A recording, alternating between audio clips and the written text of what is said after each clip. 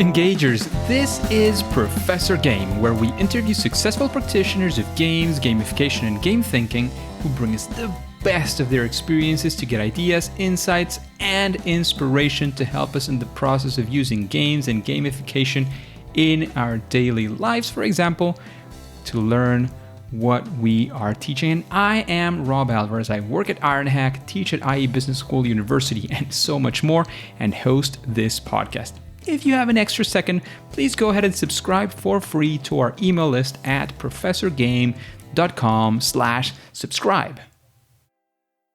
Hey Engagers, welcome back to another episode of the Professor Game podcast. And today we're going to be having an episode which has kind of been a long time coming because we've gone through basics, we've had fantastic interviews of people going through their frameworks and so on, but I feel that there was a need for sure of having this episode that I lovingly want to call Gamification 101. So giving a few of the basics, at least that I see in this world of gamification, as being sort of an entry point to many people who have never heard the term perhaps, or are starting to get curious about it.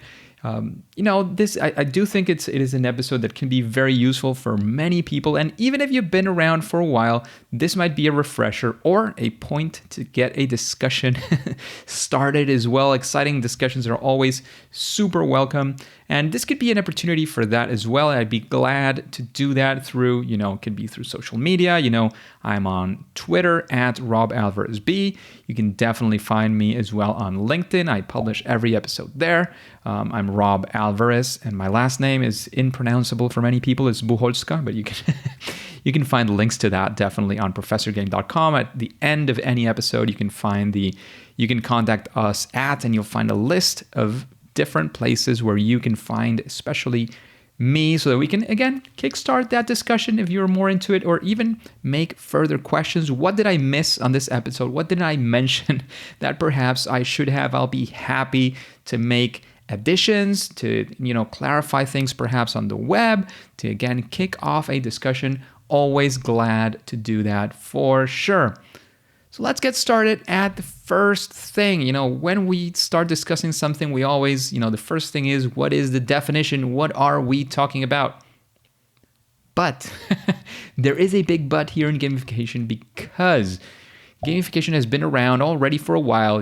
5 years ago, I used to say, well, it's very recent. It's kind of starting to be not that recent anymore. So that excuse is kind of fading away. But even though, it's been around for over a decade at this point, I must also say it's still relatively young. The industry is still growing. There's still plenty of people doing great stuff, but it's hard to say that there is sort of a unified, a completely defined way of defining gamification. There are still ongoing, super interesting discussions you want to get into if that is your thing.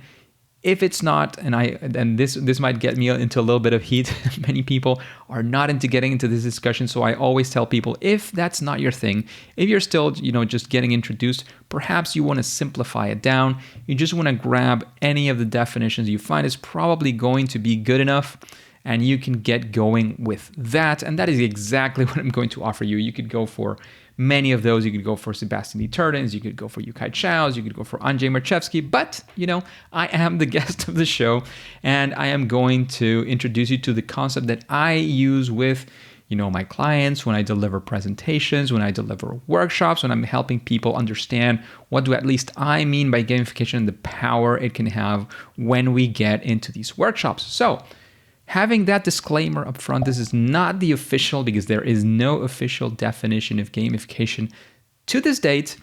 What I like to say is that gamification is the use of game design, game elements, and play for purposes that go beyond entertainment. So, the classic definition of, or the classic way we could see games, games that have been around for millennia.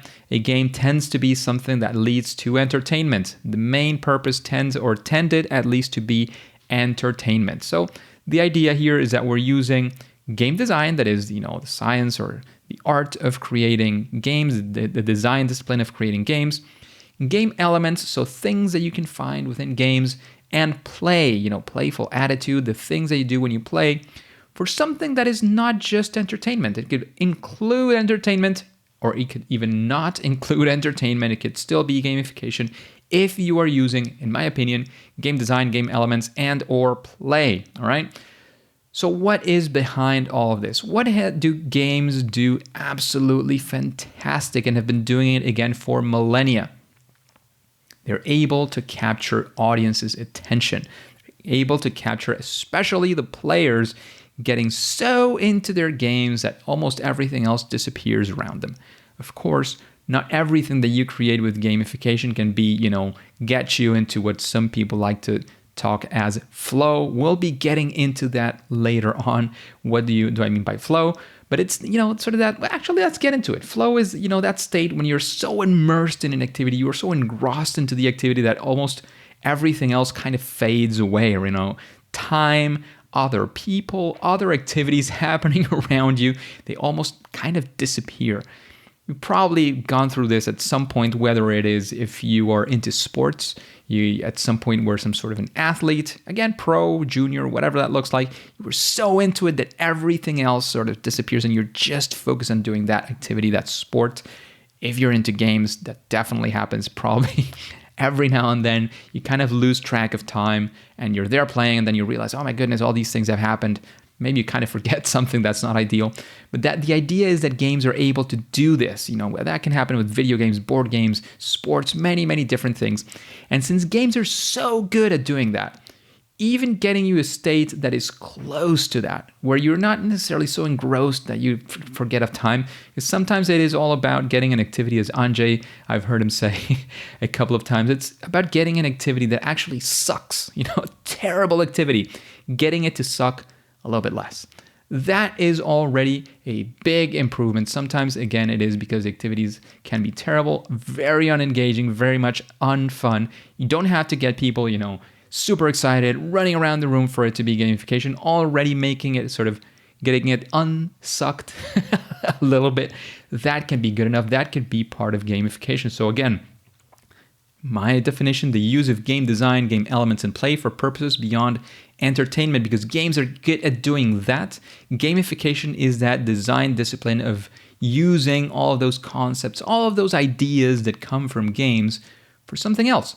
As you probably know by now, one of my main obsessions or one of my main focuses at the very least is definitely the world of learning and the world of education. So I use gamification very much in that realm. That is my main place of study. That is, the name of the podcast is Professor Game. So of course you're thinking about, when you think about a professor, you're thinking of learning, of classes, perhaps university, formal, informal, whatever that looks like. The idea is that, at least for me, it's been very much of my focus. I've done things outside of that as well, but it definitely is one of my main focuses. So that could be a very good example, creating something so that your students, your class gets engrossed into that activity, gets excited about doing that thing that you want them to do. So that, of course, beyond entertainment, it's not about getting them to have fun and clapping and everybody happy in the classroom. It is about them learning better, or them being able to complete an activity that you had a very hard time getting people to complete. If you take it to other places, it could be things like in your personal life, you could get you to help you get the motivation to go to the gym, which is a classic thing and many people struggle with. If it is about marketing, for example, you can get people to actually perform an activity that helps your marketing. Of course, these are people that not necessarily are your employees, they're rather potential customers. In the world of, within companies, it's as well engaging people into doing those activities. Usually when, it is most popular is those activities that maybe suck a little bit. And people want to, the company leaders want to get the people to do that activity because it is important for them and or for the company. And there comes a very significant element of ethics. We have a couple of episodes on ethics. So if that is something that interests you at all, definitely go reference those. There's one I did by myself, another one with one of the ethics experts, Andrzej Marchewski. He's discussed this quite a few times. He has as well this disclaimer for the gamification code of ethics that is available for everybody. But let's not go down the line of ethics. Just to point that is there. You also want to consider, it's not just about the client or the company needs or the teacher's needs. If you're the teacher, it is also about the player's needs. The person you're trying to engage, you always want to consider that and how what you're doing is ethical. You're being at least transparent enough so that people are not being manipulated in a negative sense, just not to get again into that discussion of manipulation or not manipulation. All right. So that's it. What is gamification? That's what I think it can be used for in many cases. There's many, many different applications. I'm sure you can even think of others that I'm not mentioning here. The idea is to, again, get activities to be a little bit better. And that takes me to another very interesting question when thinking about gamification. Because the first thing that you have to do if you want to use gamification is ask yourself, why do I want to use gamification here?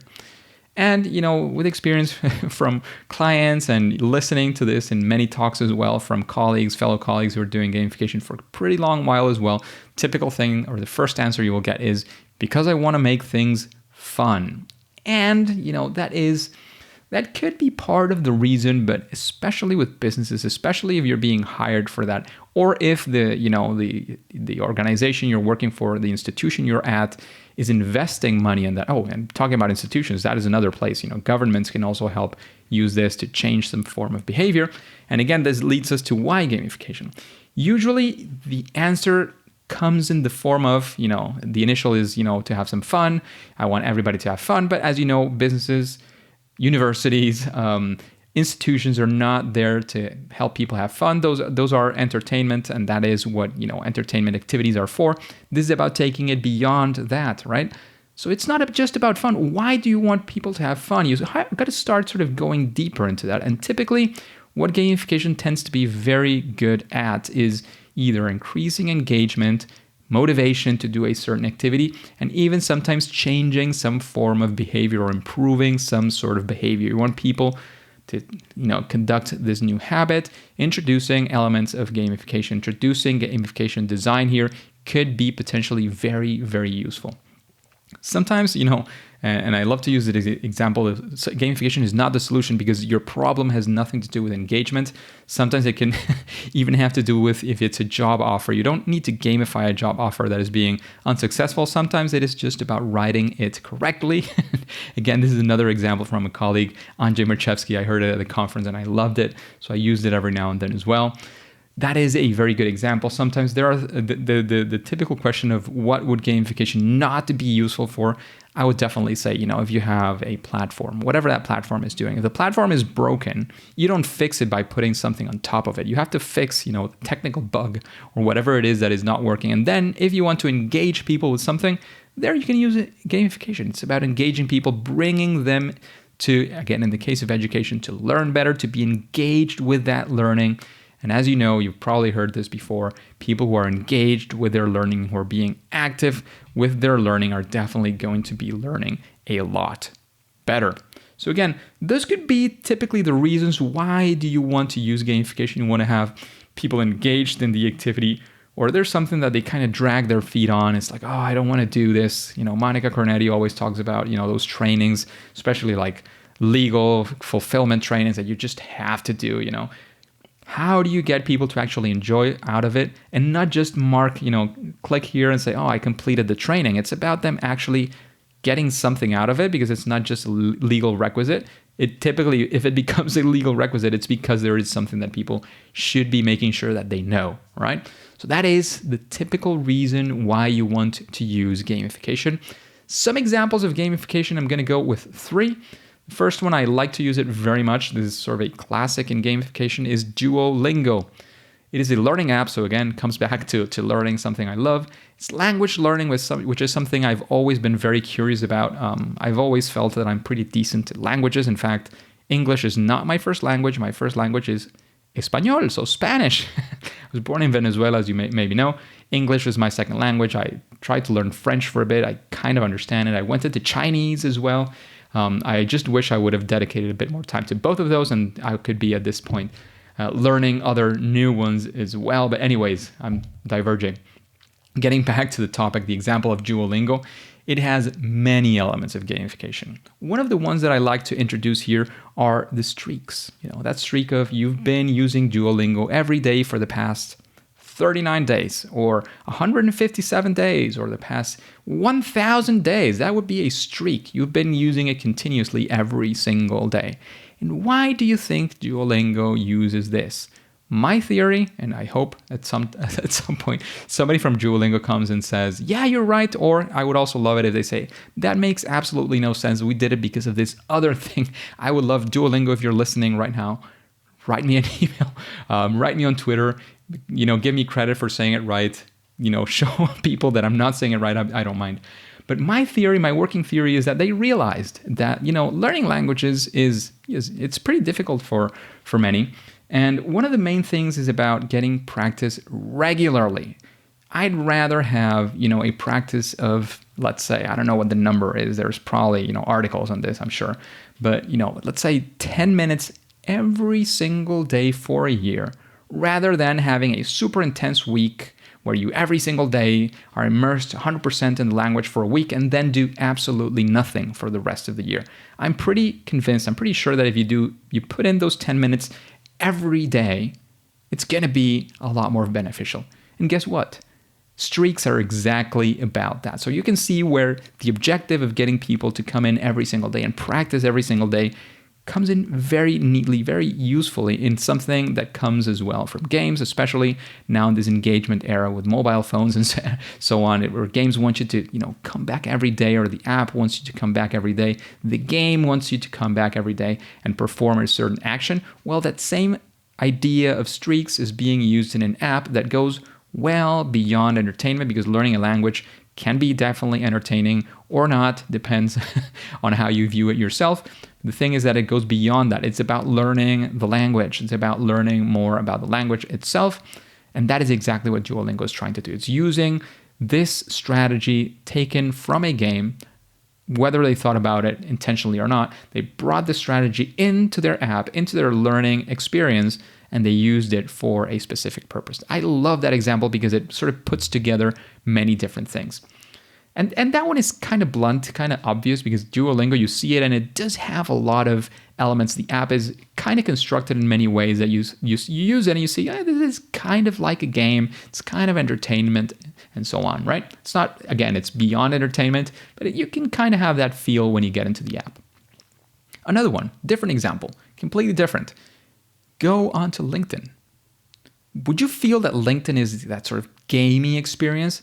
Definitely not. It is a, very serious social network for professionals, and I love it. It's a very good social network, and it's very serious. It's a professional network. It has nothing. It's not gamey at all, right? I don't know if I haven't seen it in years, of course, because I completed my profile thanks to this quite a while ago. But if you're relatively recent, or if you haven't completed your profile for whatever reason, you might notice, hopefully they still keep it, a progress bar. Games are, very, very good at this, because our brains, when you see a progress bar, your brain says, what can I do next to complete that to 100%? You sort of want completeness, right? So that element from games of progress bars was brought into LinkedIn because they realized, that you don't want a profile that is half full or that only has the name and, the email, which you cannot really show it because it's a private information probably. A profile just with a name is probably very, very useless for LinkedIn and for the user as well. So again, this is my theory. I didn't work at LinkedIn. If they ever want to debunk the myths that I'm sort of creating here, feel free to do that, LinkedIn, if you're listening. Hopefully, you will actually say, well, actually, it makes sense. It's kind of the thought process that we went through. The idea is that they realized that, having that few information is not useful. Again, not for LinkedIn. It's not useful for the user either. So they want you to have your profile as full as possible. But that kind of contradicts that basic sort of UX principle of, you want people to log in, to register for the first time. Keep it as simple as possible. So, name, email, password, keep it simple. Once the people are logged in, then you can do other things. Of course, if you keep it so simple, again, the profile is going to be useless. So how do you bridge that gap between having name, email, and password and having a full profile with, education, current job, past education, skills, abilities, all of these super interesting things that LinkedIn has? So they decided, amongst other things probably, and some nudging and so on, to have this progress bar which shows how far your profile has gone in terms of being actually complete, right? So they show this example, they show it there, and you say, oh, okay, so I'm at 5%, I'm at 50%. How do I get this to 100%? What is the next best step I can take? As far as I can remember, you sort of clicked on it and it showed you some suggestions of what to do next. And it gets you every time you get in, you see that progress bar again and say, I really want to get it to 100%. You can do maybe a small action to take it a little bit further, and eventually you get to that 100%, which again is beneficial for you as a user because your profile is complete. It's going to be useful for you as a LinkedIn user. It's also useful for LinkedIn so that it keeps you engaged and in the app and providing value for you. It's a win-win situation. Again, in my opinion, very ethical in that sense. Both people are both sides of the transaction are getting some benefits in different ways. And as well, it gets you to do that thing that they needed for you to do with a progress bar, which is an element from games, right? I love that one. And just to sort of extract us out of the digital world and as well show an example from a fellow colleague, Ann Coppins, there is this game that she created. It's actually an award-winning game from one of the conferences I've been at, which is called Hexagon, like hacking, Hexagon. That is actually, where these are post or COVID times at the moment, and there's a lot being digitalized, a lot being just happening digitally, whereas many of these things were being held physically before. It's also a good time to remember that the physical world is still out there. We might be already back or coming back at some point. It's really useful, I think, to keep that in mind. And I think this example helps ground us in that sense as well. This is a board game that Ann Coppins created for a company. Again, she showcased it in a conference, she got an award for it. It was a competition as well. And it is a board game to help the employees of this certain company that hired her and her company, Gamification Nation. They hired Gamification Nation to help people understand some of the problems and solutions of cybersecurity. So it doesn't get any more digital than cybersecurity. And she created something, she extracted it entirely from the digital world and turned it into a board game, a physical experience, again, pre-COVID. People sat around the table, played the game, and understood many of the risks, many of the things you actually have to do, how difficult it is to do that for cybersecurity, and how important that can actually get to be, right? She used, and that is very obvious. It is actually a board game, right? So it's a game in itself. It has all, a bunch of game elements, has a bunch of things that, you get. I think it also has dice, it has cards, it has meeples or something similar to meeples. It has a bunch of things, a bunch of elements of games. Actually, it is a game, and it goes well beyond entertainment. So it fits the definition that I used at the start. And again, there's a super interesting discussion why this could or could not be gamification. I'm not going to get into the depths of that at this point. So that's it. 3, I think, very neat examples that hopefully give you a clearer idea of what gamification could be going around, could be doing for you. There are many other uses. My colleague and friend Betty Adamo has a book on how to use gamification in games for market research. That is super exciting. Another colleague has Albert van der Meer has a book on gamification in marketing. He has a book with somebody else. He's one of the co-authors. There's a bunch of different applications you could use it for. I just wanted to show you a few of those examples. And finally, I'm going to sort of invoke a few terms that you might be hearing around in gamification, and I might bring in some controversy here, especially for people who have been around a while and who get very, very strict, and I understand it. I agree with that in many ways, about what is and what is not, gamification. And there I'm going to throw in a few other terms: serious games, games-based learning, games-based solutions, purposeful games. There's many gameful UX, gameful strategies, game design, game thinking. There's many ways in which this can be seen. But again, for now, especially if you're starting off, I am going to invite you for now to ignore all of those different terms and just put an umbrella term over that and say it's gamification. That is going to be good enough, especially for you to kickstart your career. And if you're interested in getting into the super interesting discussion of which is and which isn't, happy to get into that with you in the future. But for now, again, gamification 101. So let's get into some terms.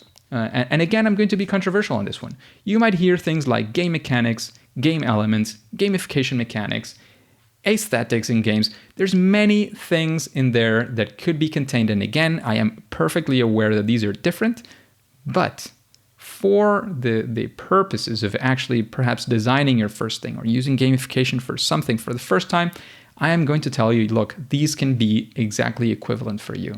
So things like using a narrative, things like Easter eggs, things like, and again, you can put gamification mechanics and you'll get, for example, a list created by Andrzej Marchewski. You might get other lists from other people. Yukai Chao has a whole game around finding all of his game mechanics.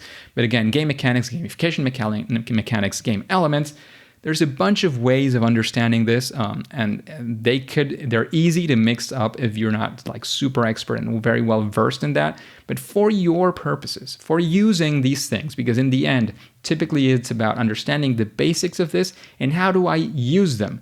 For you, and again, this might be controversial, but for you, you can take these as equivalent. They work for the same thing in your case, right?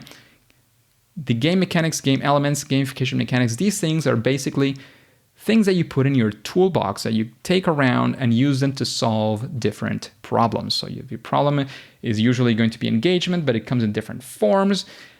And of course, it has different motivations, and the company culture could be different, or the organizational culture, the classroom culture can be different, and you introduce different ones of these from your toolbox depending on what it is you want to reach, what is the context where you're applying it, and so on, all right? So game mechanics, game elements, gamification mechanics, aesthetics, all of these things, kind of put them in the same box and have that within your toolbox and use them as appropriate. And that leads me to one of those game mechanics, or three of those game mechanics that are typically the first ones you hear. And when you hear PBL, so PBL, right? When you say it quick, PBL, you say, oh, what the heck is that, right? PBL are points, badges, and leaderboards. This could be three of the things that you put in the box before. So points, I think they don't need too much of an explanation. Points are, they could be experience points, they could be health points. There's many ways of seeing and understanding points, but the idea behind it is using points to, have some sort of reference about something, whether it is your experience, if they're experience points in the game or in the system that you're creating. Health points, because for whatever reason you earn or lose health depending on the actions that you take, etc., or just accumulating points as you advance through the game. They're just points, right? They're very useful for keeping track of things, but if you only refer to gamification through the lens of PBL, so points, badges, and leaderboards, you're probably going to be missing out a lot. And I'm not saying these are not good and super useful, and definitely within gamification. I'm just saying don't focus on those only. Badges, as you might know, don't focus on those only because you're losing out a lot. Badges, just to give a very quick overview of the other two, badges are, like a merit badge, or you earn something as you give a badge. Badges, again, can be useful, especially when they are meaningful. So you achieved them because you achieved something. That can be meaningful. But if you give somebody a badge for logging into the system, it's probably not going to be meaningful for them, usually, right? So maybe if you do it for logging into the system, 100 days in a row, it kind of has a little bit of meaning because they did some sort of effort to log in every single day. And again, it has to be tied with the objectives you're trying to reach. So if you're trying to reach something by getting somebody to log in for 100 times, maybe a badge could be useful, could be in order. And finally, leaderboards, you probably heard of them. It's ranking people from first until last. This can be very, very controversial using of leaderboards. There are some ways in which they can be used successfully, but if you're not like very well versed in the world of gamification, and you're not having your profiles that you're trying to engage are not like super competitive. But when I say super competitive, I mean most, if not all of them, not just, the top 10 are super competitive and the rest are not. Because if that's the case and you use leaderboards, you're going to engage that top 10 and you're going to ignore the rest of the people in many cases. So be careful with leaderboards. They can be useful under certain specific circumstances, but they can also be very demotivating for a huge amount of people. All right. Not everybody is into that competitive nature. And again, depending on the context, it might be good, it might not be so good. Especially in learning, to be honest, I don't recommend it too much, especially for longer periods of time. If it's within a class and you just use it as a reference for that game, it can kind of be okay in general terms. But again, try to stay away from it, especially at the start. It's not going to be as useful as many other mechanics like narrative, like progress bars, like feedback, like introducing a theme, random rewards, Easter eggs, exploration. Like there's many other things that you can introduce before getting into leaderboards, right? So that is a term that gets thrown around a lot, PBLs, and people say, PBLs are not good. And if you're an expert, you've heard 1,000 times, PBLs is, just the basics. It's not even the basics. It's sometimes just bad gamification. It gets kind of a bad rap in general. It can be used well, but again, it is typically not sufficient. It's just not enough, right? In fact, Yukai Chao's book is Gamification, and it's, I can't remember the exact title, but it's going something like beyond points, badges, and leaderboards, because it's, it's going beyond, it's going further than just that. Another term that I want you to keep in mind is players. We refer to the users of our systems, of the designs that we create, as players, because they tend to have, in games and in gamification, that you want them to have a very active role, all right? That's mainly the reason why we call them players. And of course, they're very active. They're in control. The thing in video games that you use to interact with video games, with the consoles especially, it's called a controller. You want the player to be the protagonist at the center of everything that you create, so that they make their own decisions, so that they are active, so that they feel that they're the ones sort of saving the world in that sense. They're the only ones who can do that thing, right? So understand them as players, and you'll already be very well ahead of people who are not thinking through the lens of gamification. Another thing that gets thrown around a lot, and this is more generalized, this can be used in many other places and is being used in many other places as well, is prototyping, right? So prototyping is creating a prototype, a sort of, it sometimes kind of gets mixed up with a MVP, but creating a prototype so you can basically test what it is that you have created to see if it is working decently enough. Actually, the idea is that you find out what is not working and you're able to improve it, go back, build another prototype, and test it again. And that process is actually called iterating. You're iterating on your designs until you get something that is good enough and you're able to sort of officially, formally launch it. And even then, you are hopefully still able to iterate around a bit, especially if it's not physical, because you can, just like the apps in the app world that are being updated all the time, you can probably be still doing something like that. And these last things that I've mentioned are definitely part of my way of understanding gamification. And when I teach in workshops, I always talk about understanding the why and creating the objectives. I talk about the players.